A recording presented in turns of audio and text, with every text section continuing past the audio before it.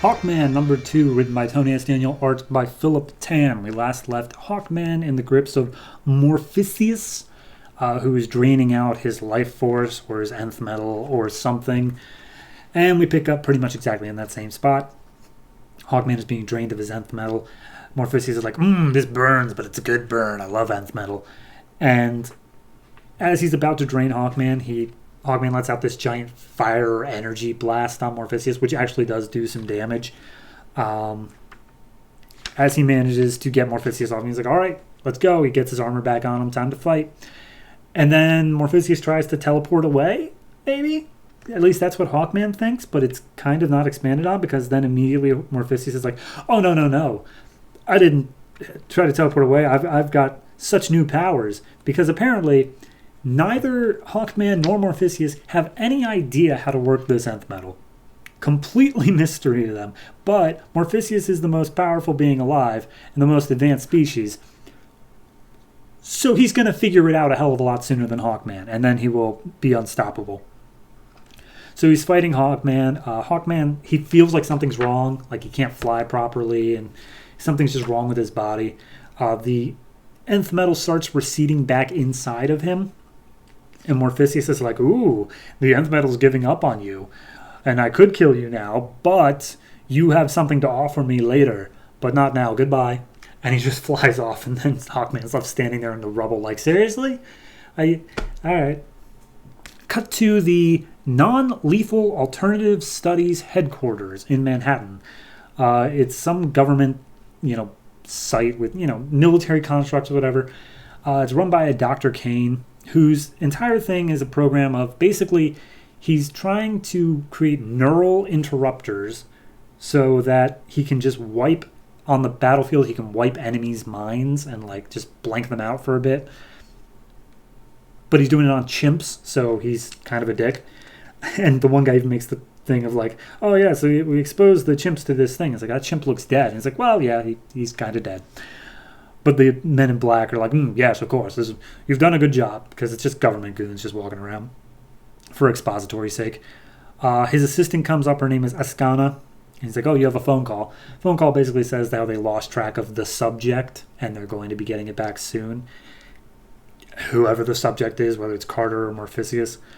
Then we see Carter Hall. He's waking up in the hospital. He's surrounded by his entire alien archaeology team, particularly a woman named Emma, who's the daughter of the main lead scientist, Dr. Ziegler, I believe his name is. I don't know.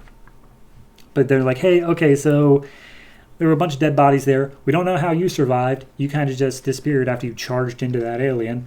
But the police are here. Here's a picture of the symbols that were on the ship, because the ship thing is long gone, but I got some pictures, so you can try to decipher them off of that. And Carter's like, okay, all right, lot to handle. Go ahead and tell the police they can come in. I'll talk to them. And Emma's like, oh, just tell them everything. What do you have to hide? Carter immediately makes a dash for the window. The nth metal's telling him, go, go, go, go, go.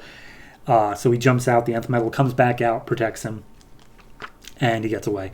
Cut to somewhere over Manhattan. Morpheus is flying, but he feels that the nth metal inside of him is weakening him. He's get pulled down to the ground, and we get this weird lore dump of apparently he's a Xenusian, and the only thing that can get inside of his head is Vexaphons, which are a race that they made go extinct during their last war eons ago.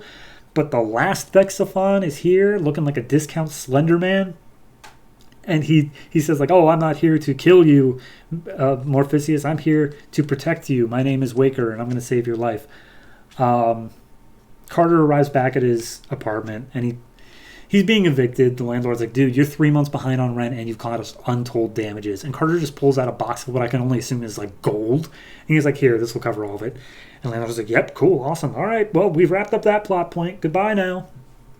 So Carter's back in his apartment. He's looking over the photos of the symbols, and they're completely alien. But over time, he's slowly able to get it, not through, his job, but, they're alien symbols, and they're just making sense to him. He's able to just put it together. He's like, oh, this was a prison ship, and he was on his way to be executed. And then there's a knock on the door. It's Emma, the daughter of the main scientist guy. She's brought food and basically just wants to talk. It's like, so, you want to tell me what's going on with you, Carter? Because in the middle of a fight where everyone else ran away, you just ran into the alien. And basically, Carter knows where this is going. She tries to kick Emma out. And Emma makes the conclusion that Carter is not who he says he is. She comes to the conclusion of government agent, but, close enough. So then we cut back to the non-lethal whatever. Morpheus is tied up to some machine, and Waker's like, oh, don't worry, we'll save your life. And then Dr. Kane comes in and is like, oh, yeah, but we're not, because keeping him alive is costly, and getting an autopsy is pretty much all I need. So they start putting him in intense pain for whatever reason. Waker's like, no, please, you can't kill him. And then the assistant grows this crazy, black demon arm and rips out the entire torso of the Waker. And then Dr. Kane's like, all right, now we can proceed with our true mission, the extinction virus. And that's where we leave off. This book answered one of my questions and then introduced 8 more, especially the part with the whole Vexaphon-Zenusian rivalry, because now it just seems like they're both dead. What was the point? I don't understand that part. Why did we get this whole thing on oh yes, the last Vexaphon and he's dead? Well, glad we had that. I don't know where this book is heading yet. It keeps on swerving in a bunch of different directions. It's not bad, though, and I cannot express how good the art is. It's got this painterly style to it, Philip Tan. Fantastic. I don't even know, is he colored? There's a couple colorists, a whole studio of colorists, apparently, Imaginary Friends Studios. But no, it's a fantastic art. Writing-wise, I don't know where it's going, and that's fine, because Hawkman's just a bit of a mystery within himself.